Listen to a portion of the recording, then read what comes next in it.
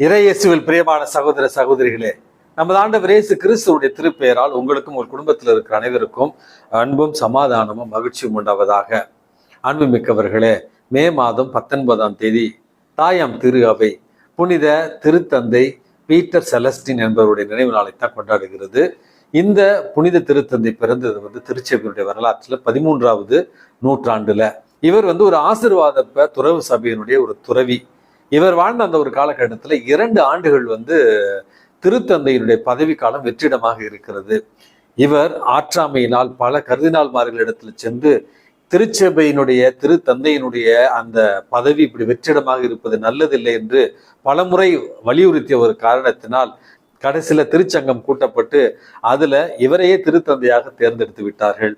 அன்புமிக்கவர்களே, எவ்வளவோ அவர் தாட்சியோடு அதை மறுப்பு தெரிவித்தாலும் அவர் தேர்ந்தெடுக்கப்பட்டு 6-7 மாதங்கள் திருத்தந்தையாக தன்னுடைய பணியை சிறப்பாக செய்து அதற்கு பிறகு இந்த பணிக்கு நான் தகுதியற்றவன் என்று உணர்ந்து தகுதியான மற்றொரு திருத்தந்தைக்கான ஏற்பாடுகளை செய்துவிட்டு இவர் மறுபடியும் திருத்தந்தையினுடைய பதவியை துறந்து ஆசீர்வாத துறவு சபைக்கு சென்று ஏழ்மையிலும் எளிமையிலும் துறவு வாழ்க்கை வாழ்ந்து மரித்தார் என்று இவருடைய வாழ்க்கையில நம்ம பார்க்கிறோம். அதாவது பதவியை துறந்த திருத்தந்தைகளில முதன்மையானவராக இவர் கருதப்படுகிறார்.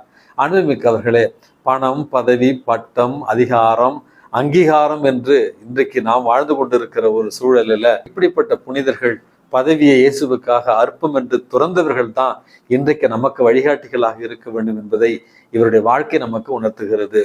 அன்புமிக்கவர்களே, இன்றைக்கு நமக்கு கொடுக்கப்பட்டிருக்கிற நற்செய்தி வாசகத்துல யோவான் நற்செய்தி தான் 13வது அதிகாரத்திலும் தொடர்ந்து வருகிறது.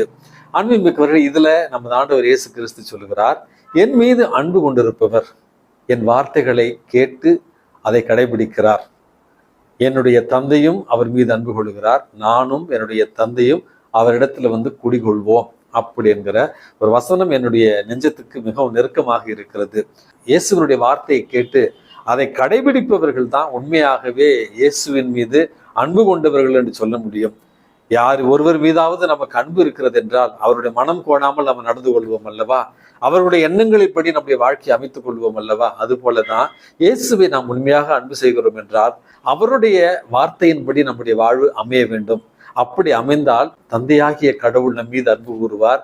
பிறகு இந்த தம திருத்துவம் நம்முடைய குடும்பத்துல குடிகொள்ளும். மூவொரு கடவுள் நம்முடைய குடும்பத்துல குடியிருக்கிற பொழுது நம்முடைய குடும்பத்துல அது ஒளியின் குடும்பமாக, மகிழ்ச்சியின் குடும்பமாக, மன்னித்து வாழ்கிற ஒரு குடும்பமாக, அன்பை பகிர்ந்து வாழ்கிற ஒரு குடும்பமாக இருக்கும். அன்புமிக்கவர்களே, ஒரு குருவாக சில குடும்பங்களுக்கு நம்ம அர்ச்சிப்புகளுக்கு அல்லது மந்திரிப்புகளுக்கு அல்லது இறை வேண்டல்களுக்கு செல்லுகிற நேரத்துல சில குடும்பங்களில் நுழைந்த உடனேயே கொஞ்ச நேரத்திலேயே இறை பிரசன்னத்தை நம்மால் உணர முடியும். அதாவது குடும்பத்துல பெரியவங்க இருப்பாங்க, திருமணமான தம்பதிகள் இருப்பாங்க, குழந்தைகள் இருப்பாங்க, இளைஞர்கள் இருப்பாங்க, இளம்பெண்கள் இருப்பாங்க. அந்த தம திருத்துவத்தின் பிரசனம் இருக்கிற குடும்பத்துல எல்லோரும் ஒன்றாக இணைந்து, வாங்க ஃபாதர், தோஸ்தரம் ஃபாதர், நல்லா இருக்கீங்களா அப்படி என்று பாசத்தோடு விசாரித்து எல்லாருமே அந்த இடத்துல இருப்பார்கள். பிறகு ஜெபம் சொல்லுவார்கள். பிறகு அனைவருமே முழந்தாளிட்டு வந்திருக்கிற குருவான் இடத்துல ஆசீர்வாதத்தை பெறுவார்கள். பிறகு இறை காரியங்களை பற்றி பேசுவார்கள். ஆனால் சில குடும்பங்களுக்கு நம்ம செல்லும் பொழுதே கண்டுபிடித்து விடலாம். குடும்பத்துக்குள்ள நுழைந்த உடனேயே பெற்றோர்கள் ஒரு பக்கம், வயதானவர்கள் ஒரு பக்கம், பிள்ளைகள் ஒரு பக்கம், யாரும் ஒரு தோஸ்தரம் கூட சொல்ல மாட்டாங்க.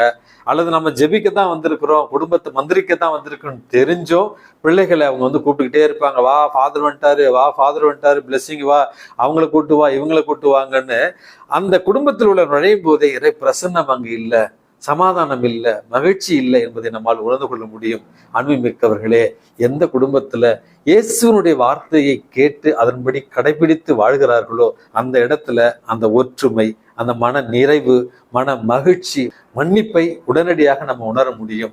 சமீபத்துல ஒரு செய்தி ஒன்று நான் வாசித்தேன். அதாவது சென்னையில the bird man of Chennai அப்படின்னு சொல்லுகிறார்கள், பறவைகளின் மனிதர் அப்படின்னு சொல்லி ஜோசப் சேகர் என்கிற ஒரு மனிதர் இருக்கிறார். அவர் ஏதோ ஒரு மெக்கானிக்குன்னு சொல்றாங்க. திருவல்லிக்கேணி பகுதியில தான் அவருடைய வீடு இருக்கிறதா. 15 ஆண்டுகளாக அவருடைய வீட்டினுடைய மொட்டை மாடியில பறவைகளுக்கு அவர் ஒரு நாளைக்கு 70 கிலோ உணவை கொடுத்து வருகிறார். ஆயிரக்கணக்கான பறவைகள் ஒரு நாளைக்கு 2 வேளை அவருடைய வீட்டினுடைய மொட்டை மாடிக்கு உணவருந்தி செல்லுகின்றன. சுனாமிக்கு பிறகு 2 பறவைகள் அடைக்கலம் தேடி வந்த நேரத்துல அவர்களுக்கு உணவு கொடுத்தாராம் அந்த மனிதர், சேகர் என்கிற அந்த ஒரு மனிதர்.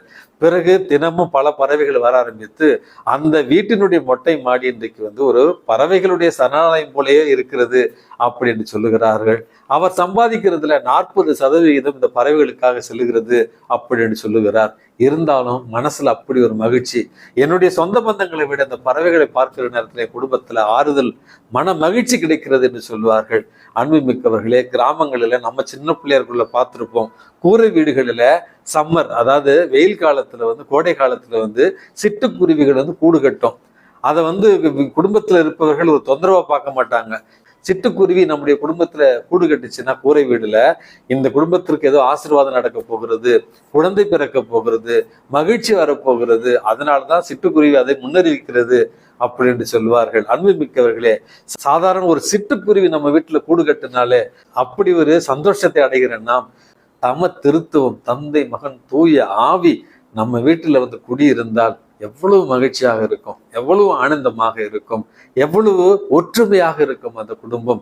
ஆகவே நம்முடைய குடும்பத்துல தந்தை மகன் தூய ஆவி தம திருத்துவம் குடியிருக்க வேண்டும் என்றால் இயேசுவினுடைய வார்த்தைகளை கேட்டு அதை கடைபிடிக்கிற குடும்பங்களாக நம்முடைய குடும்பங்கள் மாற வேண்டும்.